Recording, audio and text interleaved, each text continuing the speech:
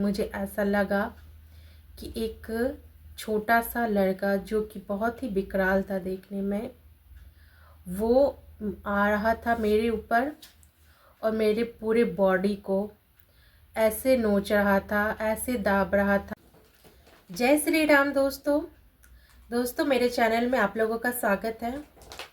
तो दोस्तों, आज मैं आपको अपने ऊपर बीती हुई जो एक्सपीरियंस सुनाने जा रही हूँ, वो एक्सपीरियंस याद करके अच्छा भी लगता है कि भगवान मेरे बिल्कुल आसपास है। हर वक्त उनकी शक्ति मेरी रक्षा करती है अगर मैं जब उनको बुलाती हूँ।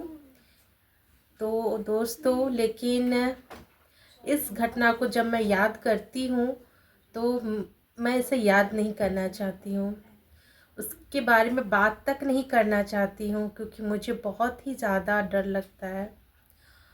परंतु दोस्तों, मैं सोची कि मेरे साथ जो बीता है वो आप लोगों के साथ ना हो, इसलिए आपको मैं अपनी ये जो घटना घटी है इसे मैं ज़रूर आप लोगों के साथ शेयर करना चाहूँगी। और मुझे पता है कि भगवान जी, हनुमान जी मेरे साथ हैं, बालाजी मेरे साथ हैं, तो मुझे अब डरने की ज़रूरत नहीं है। लेकिन आप लोग भी सचेत हो जाए और ऐसा कोई कार्य ना करे जिसका कि आपको बहुत भारी परिणाम भुगतना पड़े। तो दोस्तों, आप लोगों को शायद पता ही होगा कि सोशल मीडिया में एक बहुत ही ज़्यादा भयानक एक गेम प्रचलित है, जिसका नाम भी मैं नहीं लेना चाहती हूँ, लेकिन मैं आप लोगों को बता दूँ, चार्ली चार्ली। आप लोगों ने सुना होगा कि सब उसे एक कॉपी में लाइन खींचते हैं और उसके ऊपर 4 लाइन खींचते हैं, यस नो लिखते हैं, पेंसिल बीच में रखते हैं और कुछ इसी तरह से वो लोग पूछते हैं कि क्या तुम यहाँ पर हो। ऐसा मैं प्रॉपर इस चीज़ को बोलना नहीं चाहती हूँ, क्योंकि ये जो मेरे साथ हुआ है तो मैं बहुत ही ज़्यादा डरी हूँ इस चीज़ से। और मैं आप लोगों से कह दूँ कि ये वाला चीज़ आप लोग भूल से भी अपने घर में ना करें, अपने साथ ना करें, क्योंकि मुझे भी ऐसा लगता था कि ये सब फेक बात होती है, इसमें कोई सच्चाई नहीं है। लेकिन दोस्तों, मैं आप लोगों को कहना चाहूँगी कि ये बिल्कुल फेक नहीं है, इसमें पूरी सच्चाई है, इसमें हंसने वाली भी कोई बात नहीं है। और मैं आप लोगों को बता दूं कि ये फेक समझकर ही मैंने भी इसे ट्राई किया था अपने बच्चों के साथ मिलके। मैंने कहा था कि चलो हम लोग करते हैं, और स्पेशली मैंने किया था और मैंने शॉर्ट्स जैसा भी बनाया था, कुछ ऐसा डाला था एक मेरे दूसरे चैनल पे, और मैंने उसे बहुत ही हंसी मजाक में लिया था और मैंने वो चार्ली चार्ली वाला गेम खेला था। और वो गेम मैंने जिस रात खेला, उसी रात से मैं जैसे सोई, मुझे ऐसा लगा कि एक छोटा सा लड़का जो कि बहुत ही विकराल था देखने में, वो आ रहा था मेरे ऊपर और मेरे पूरे बॉडी को ऐसे नोच रहा था, ऐसे दाब रहा था कि मैं बहुत तड़प रही थी। और मेरे अंदर वो ताकत भी नहीं था कि मैं उसे हटा सकूं। पूरा शरीर सुन्न हो चुका था, मेरा पैर हाथ कुछ नहीं हिल रहा था, और वो इतनी बेदर्दी के साथ मेरे बॉडी पार्ट को वो छू रहा था, दाब रहा था, नोच खसोट रहा था। और उस दर्द को मैं जो झेल रही थी, और वो दर्द इतना ज़्यादा ही भयानक था और मैं जो झेल रही थी कि मैं उस समय भगवान को याद भी नहीं कर पा रही थी। उसकी ऐसी शक्ति थी और वो इतना इतना ही ज़्यादा दर्दनाक मेरे लिए था कि मेरे दिमाग में उस समय ये बात आ भी नहीं रही थी कि मैं भगवान को पुकारूं, भगवान को आवाज़ दूं कि वो मेरी रक्षा करे। तो मैं बस चिल्लाती थी ज़ोर से कि किसी तरह से मेरी आवाज़ निकले और मेरा मेरा नींद टूट जाए और वो हट जाए। और फिर जब नींद टूट जाता था तो वो हट जाता था, वो फिर कुछ नहीं रहता था। लेकिन उसके बाद फिर मैं जैसे सोने जाती थी, जैसी मेरी नींद लगती थी, वो फिर दोबारा आ जाता था और दोबारा मेरे शरीर के साथ, मेरे बॉडी पार्ट के साथ नोचना खसोटना स्टार्ट कर देता था और मैं तड़पती रहती थी। इस वजह से मैं रात को सोने से डरने लगी थी, मैं सोती ही नहीं थी, मुझे बहुत डर लगता था।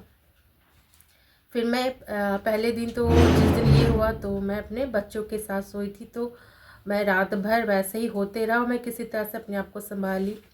और मैं आपको बता दूं कि ये जो शरीर जो दाबना वाली जो ये बात होती है वो कई लोगों के साथ भी होती है, तो वो मेरे साथ भी कभी कभी होती है। जब मेरी तबीयत ख़राब रहती है या फिर मैं थोड़ी अपसेट रहती हूँ तो कभी कभी ऐसा होता है। तो वैसी स्थिति में मैं हमेशा हनुमान चालीसा पढ़ने लग जाती हूँ, जिससे कि वो मेरे से मतलब कि हट जाता है और मेरा बॉडी ठीक हो जाता है। वो जो दाबने वाली जो बीमारी होती है, कोई सपने में दाबता है, वो ठीक हो जाता है। लेकिन वो चीज़ इतना भयानक था कि मैं भगवान को याद तक नहीं कर पा रही थी, क्योंकि बहुत ही ज़्यादा मैं तकलीफ़ में थी मेरी बॉडी की, मैं सोच ही नहीं पा रही थी। फिर मैं दूसरे दिन मैं इतनी डरी हुई थी कि मैं बोली कि मैं जा रही हूँ अपने हस्बैंड के साथ सोऊंगी, तो वहाँ शायद मेरे ऊपर कुछ प्रोटेक्शन हो कि हाँ मैं कोई जेंट्स के साथ सोई हूँ, तो शायद मेरे साथ वैसा कुछ ना हो। लेकिन दूसरे दिन जब मैं अपने हस्बैंड के साथ भी सोई हुई थी और मेरी नींद जैसे पड़ी वैसे फिर से अटैक हुआ, फिर से वही भयानक सा बच्चा आया और वो फिर वैसा ही करने लगा। और मैं फिर किसी तरह से मैं चिल्ला के उठी और फिर मैं किसी तरह से अपने हस्बैंड को बोली कि ऐसा हो रहा है, मुझे बहुत डर लग रहा है और मुझे किसी तरह से आप प्रोटेक्ट करिए। और और जैसे नींद आता है वैसा होने लगता है। लेकिन मेरे हस्बैंड ने मुझे पकड़ के सुलाया कि हम हैं, कुछ नहीं होगा, चिंता मत करो। लेकिन वैसा कुछ नहीं हुआ और मैं रात भर मेरे साथ वैसा ही होते रहा। फिर मैं सोई नहीं कि नहीं मैं सोऊंगी नहीं, अगर सोऊंगी तो फिर मेरे साथ वैसा होगा। और फिर जब रात भर मैं जागी रही, सोई ही नहीं, और जब सुबह हुआ तो फिर मैं दिन में सोई। और फिर दिन में मैंने ये सोचा कि इस बार मैं ऐसा करती हूँ कि मैं अभी से तैयार हो जाती हूँ। ऐसा क्यों होता है कि जब मैं रात में सोती हूँ और वो जब आता है मेरे नींद में, जब मैं रहती हूँ, तो मैं भगवान का नाम नहीं ले पाती हूँ, हनुमान जी को याद नहीं कर पाती हूँ कि मेरे साथ ऐसा क्यों हो रहा है। तो मैंने दोपहर में ही अपनी माइंड की शक्ति को बहुत ही ज़्यादा एकत्रित किया, बहुत अपने आप को कंट्रोल किया कि नहीं, अब और नहीं, अब और नहीं, मैं उसे ऐसा कुछ करने दूंगी। जब तीसरी रात थी और मैं उस समय मैं बोली कि आज मैं बच्चों के ही साथ सोऊंगी, और मैं अपने बच्चों के साथ ही सोई थी। और फिर इस बार मैंने पूरी तैयारी की हुई थी कि चाहे वो कितना भी दर्दनाक मेरे साथ क्यों ना करता रहे, मैं हनुमान जी को ज़रूर बुलाऊंगी कि हनुमान जी आइए और मेरी रक्षा करिए। और फिर जब मेरी नींद लगी वैसे ही वो फिर से आया और फिर से मेरे बॉडी पार्ट के साथ छेड़खानी, नोचना खसोटना स्टार्ट कर दिया। और उसकी मुझे कुछ मेरे शरीर पे कुछ दाग नहीं हो रहे थे, कुछ चोट चपेट नहीं लग रहा था, लेकिन वो नींद में मेरी आत्मा में प्रहार हो रहा था। वो मुझे फील हो रहा था कि मैं बहुत दर्द में हूँ, लेकिन वैसा कुछ मेरे शरीर के साथ हो नहीं रहा था, बस मैं बहुत दर्द में रहती थी। तो इस बार जैसे हुआ मैंने तुरंत ही अपने आप को संभाला और मैंने मेहंदीपुर बालाजी महाराज का आह्वान किया। मैंने कहा हनुमान जी, बालाजी महाराज मुझे बचाइए इनसे। और जैसे ही मैंने हनुमान जी का, बालाजी महाराज का को मैंने बुलाया, वैसे ही वो बच्चा ऐसे गायब हो गया कि मैं क्या कहूँ। और वह ऐसे गायब हुआ और मैं उस रात बहुत अच्छे से सोई। और उसके बाद से ही वो बच्चा मेरे घर से पूरी तरह से चला गया और मैं फिर अब अच्छे से सोती हूँ, अच्छे से रहती हूँ। तो इसलिए दोस्तों मैं आप लोगों से कहना चाहती हूँ कि देखिए, हमारे आसपास बहुत सारी आत्माएं हैं जो रहती है, अच्छी आत्मा, बुरी आत्मा, सभी तरह की आत्माएं रहती है जो कि हम लोगों को दिखाई नहीं देती, लेकिन बहुत रहती है। आप किसी और से भी अगर जानना चाहेंगे जो बहुत बड़े ज्ञानी हैं इन सब चीज़ों की, वो भी ये बताएंगे। और अगर किसी भी तरह से उसको आह्वान करते हैं, उसको बुलाते हैं, तो वो उनको तो मौका मिलना चाहिए। वो चाहते हैं कि कोई मुझे बुलाए, क्योंकि उन लोगों के अंदर उतनी शक्ति नहीं होती है कि वो खुद ब खुद आकर आपको नुकसान पहुंचा सके, जब तक आप उसको बुलाते नहीं हैं। और अगर आप उसको खुद से इनवाइट करते हैं, खुद से बुलाते हैं, तो वो तो इसी फिराक में ही रहता है और वो आता है और वो पूरी तरह से आपको परेशान करता है। क्योंकि आपको जब वो जीवित शरीर में, बॉडी में देखता है और देखता है कि आप सारी खुशियाँ ले रहे हैं, खाने का मज़ा ले रहे हैं, सोने का मज़ा, टीवी का मज़ा, अपने फैमिली का मज़ा, तो वो देख देख के वो जो बुरी आत्माएं होती है उन्हें अच्छा नहीं लगता है। वो लोग को जब मौका मिलता है तो वो उसका बहुत ही गलत तरीके से उसका फ़ायदा उठाते हैं। इसलिए दोस्तों, आप लोगों से विनती है कि आप लोग ऐसा गेम कभी ना खेलें।